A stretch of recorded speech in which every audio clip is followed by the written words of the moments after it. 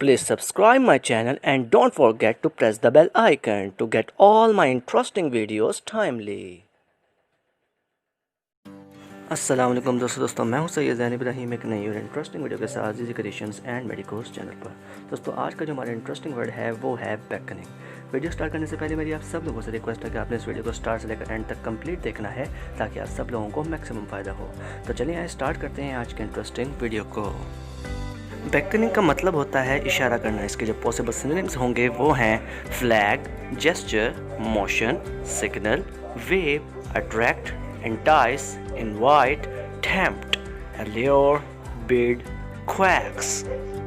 beckoning के जो possible antonyms बनेंगे वो हैं repel, repulse, turn on, deter, resist, push, reply।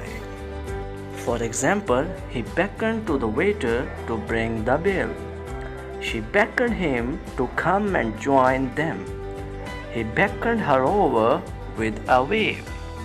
तो दोस्तों आज का ये वर्ड था beckoning। अगर आपको मेरी इन्फॉर्मेटिव वीडियो पसंद आई हो तो इस वीडियो को लाइक और शेयर करें और मेरे चैनल को सब्सक्राइब करें और बेल आइकन को भी प्रेस कर दें ताकि मेरी हर नई आने वाली वीडियो आप तक आसानी से पहुंच सके।